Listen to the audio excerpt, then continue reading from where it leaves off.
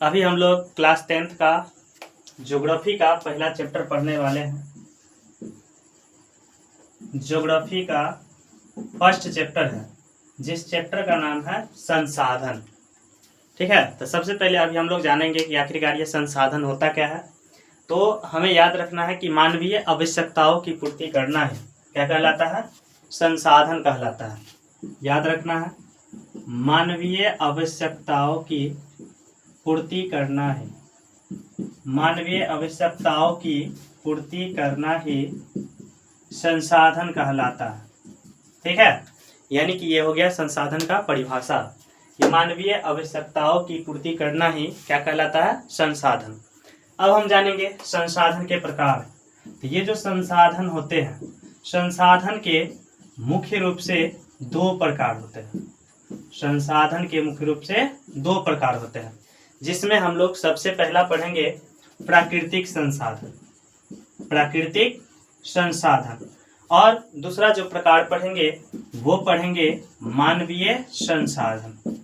ठीक है, तो हमें अब याद रखना है कि प्राकृतिक संसाधन किसे कहेंगे और मानवीय संसाधन किसे कहेंगे। तो हमें याद रखना है कि वैसे वस्तु या पदार्थ जो हमें भगवान के द्वारा प्राप्त हो, यानी कि प्रकृति के द्वारा प्राप्त हो, और उसका उपयोग करके हमारी आवश्यकताओं की पूर्ति हो रहा है, तो उसी को कहेंगे प्राकृतिक संसाधन। और वैसा वस्तु या पदार्थ जो हमें मनुष्य के द्वारा मिला गया हो और उसका उपयोग करके हमारी आवश्यकताओं की पूर्ति हो रहा है, तो उसी को कहेंगे मानवीय संसाधन। यानी कि जैसे अगर बात करेंगे, जैसे बात करें हम सूर्य एक प्रकार का क्या है? प्राकृतिक संसाधन है, क्योंकि हम लोग इसका उपयोग करते हैं और सूर्य के माध्यम से क्या होता है? हमारी आवश्यकताओं की पूर्ति होता है। ठीक है, जैसे अगर हम बात करेंगे वनों की, तो वन क्या है? प्रकृति का देन है। यानी कि पेड़ पौधे से हम लोग क्या करते हैं? विभिन्न प्रकार के गैसों को प्राप्त करते हैं, या फिर फल वगैरह की प्राप्ति करते हैं। ठीक है, तो ये क्या है? वन हो गया प्राकृतिक संसाधन। यानी कि जो प्रकृति के द्वारा दिया गया वस्तु हो और उससे हमारी आवश्यकताओं की पूर्ति हो रहा हो, तो उसी को कहेंगे प्राकृतिक संसाधन। और जैसे मानवीय संसाधन की बात करें, जैसे बात करें साइकिल, ये क्या है? ये प्राकृतिक संसाधन है, तो सॉरी मानवीय संसाधन है। यानी कि मनुष्य के द्वारा बनाया गया कोई वस्तु है जिसका हम लोग उपयोग करके और हमारी आवश्यकताओं की क्या करते हैं? पूर्ति करते हैं, इसलिए ये हो गया मानवीय संसाधन। ठीक है, अब हम लोग पढ़ेंगे प्राकृतिक संसाधन के प्रकार। तो प्राकृतिक संसाधन के भी दो प्रकार होते हैं। प्राकृतिक संसाधन के टोटल दो प्रकार होते हैं। ठीक है, समझ में आ गया?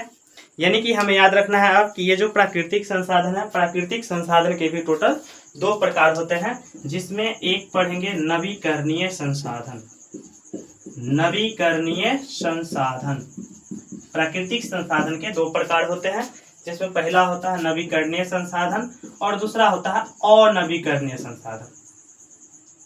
क्लियर हो गया?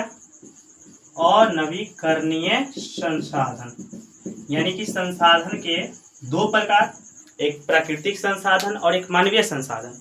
और प्राकृतिक संसाधन के भी दो प्रकार, जिसमें पहला होता है नवीकरणीय संसाधन और दूसरा होता है अनवीकरणीय संसाधन। तो नवीकरणीय संसाधन का मतलब याद रखना है वैसा संसाधन जिसका हम लोग बार बार उपयोग कर सके। वैसा संसाधन जिसका हम लोग बार बार उपयोग कर सके, तो वही कहलाएगा नवीकरणीय संसाधन।